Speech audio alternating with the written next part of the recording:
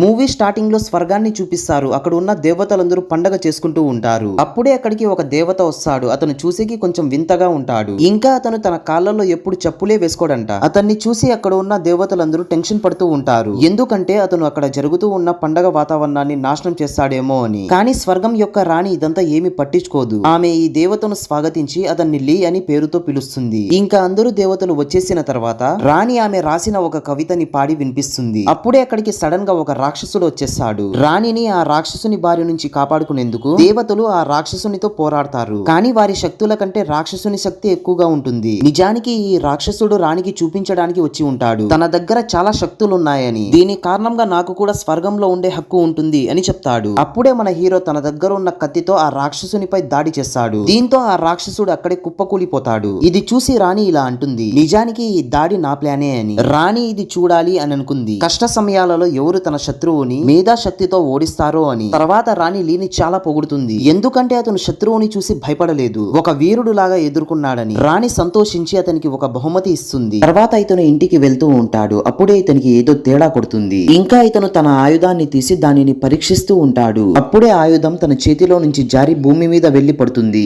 ఇది చూసి లీ చాలా టెన్షన్ పడతాడు. ఎందుకంటే స్వర్గం నియమాల ప్రకారం వాళ్ళకెవ్వరికి భూమి మీద వెళ్లేకి అనుమతి లేదు. ఒకవేళ వారు ఇలా చేస్తే వాళ్లకు కఠినమైన శిక్షలు పడతాయి.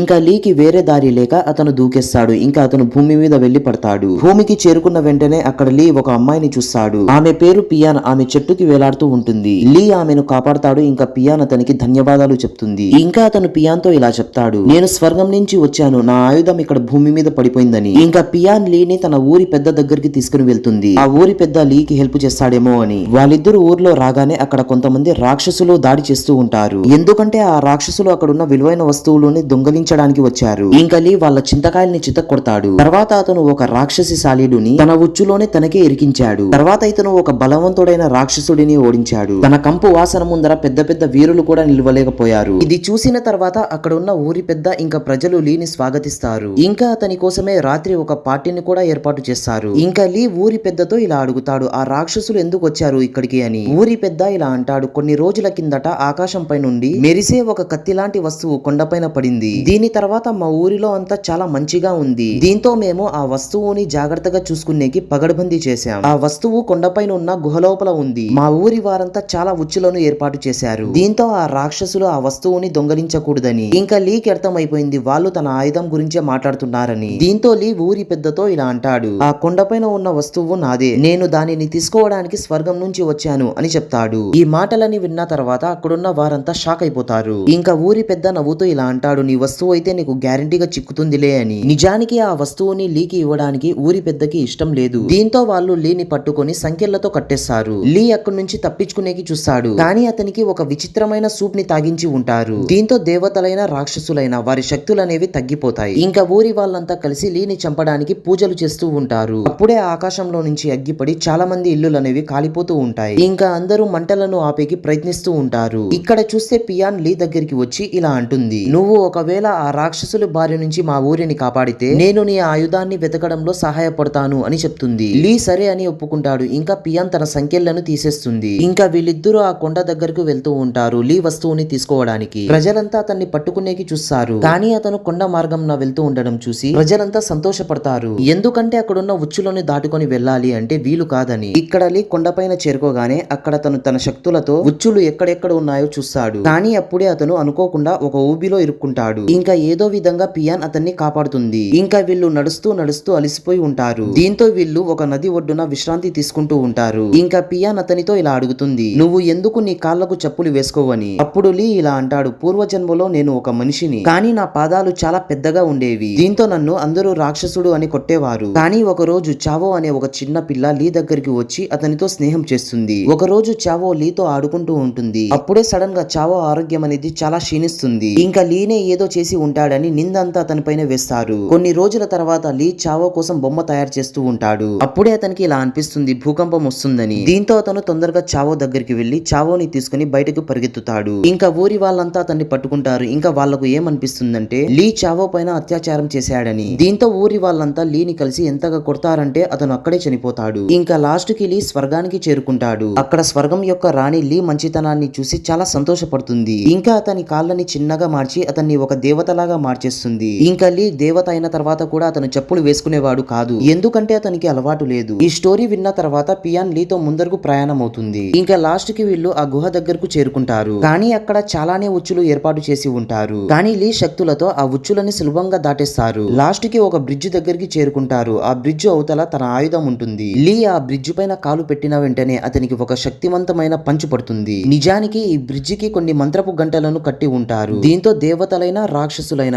ఆ బ్రిడ్జ్ ని దాటలేరు. దీంతో పియాన్ ముందరికి వెళ్లి ఆ బ్రిడ్జ్ పైన ఉన్న గంటలని అన్నిటిని తీసేస్తుంది. దీంతో లీ ఆ బ్రిడ్జ్ ని దాటొచ్చు అని. అప్పుడే సడన్ పియాన్ కాలు జారుతుంది. ఇంకా ఆమె బ్రిడ్జ్ ని పట్టుకొని వేలాడుతూ ఉంటుంది. కానీ ఆమె ఏదో విధంగా బ్రిడ్జ్ పైన ఎక్కిస్తుంది. ఇంకా లాస్ట్ కి లీ ఆ బ్రిడ్జ్ ని సులభంగా దాటేస్తాడు. ఇంకా వీళ్ళు ముందరికి వెళ్లి చూడగా అక్కడ ఒక మెరిసే వస్తువు ఉంటుంది. ఇంకా లీ దానిని చూసి ఇదేలే నా ఆయుధం అని అనుకుంటాడు. దాని కాంతి వెళ్లిపోయిన తర్వాత లీకి తెలుస్తుంది ఇది నా ఆయుధం కాదు, ఒక బంగారపు గుడ్డు అని. అప్పుడే అక్కడికి కొంతమంది రాక్షసులు కూడా వచ్చేస్తారు. వాళ్ళు ఆ బంగారపు గుడ్డు కోసం వచ్చి ఉంటారు. ఇక్కడ లీకి ఆ గుడ్డుతో ఎటువంటి ఉపయోగం అయితే లేదు. దీంతో లీ ఆ గుడ్డుని ఆ రాక్షసులకి ఇచ్చేస్తాడు. ఇంకా వాళ్ళందరూ అక్కడి నుంచి పారిపోతారు. ఇది చూసి పియాన్ కి చాలా కోపం వచ్చేస్తుంది. ఎందుకంటే ఈ గుడ్డు వాళ్ళ ఊరి యొక్క విలువైన సంపద కాబట్టి. పియాన్ ఆ గుడ్డుని వెనక్కి తెచ్చి ఆ గుహలో పెట్టడానికి లీని సహాయం అడుగుతుంది. కానీ లీ ఆమె మాటలను పట్టించుకోకుండా పియాన్ ని ఆ రాక్షసులతో ఒంటరిగా పోరాడేకి అక్కడే వదిలేసి వచ్చేస్తాడు. తర్వాత రోజు లీ ఊరిలో చేరుకోగానే అతన్ని ఊరి వాళ్ళంతా వల వేసి పట్టుకుంటారు.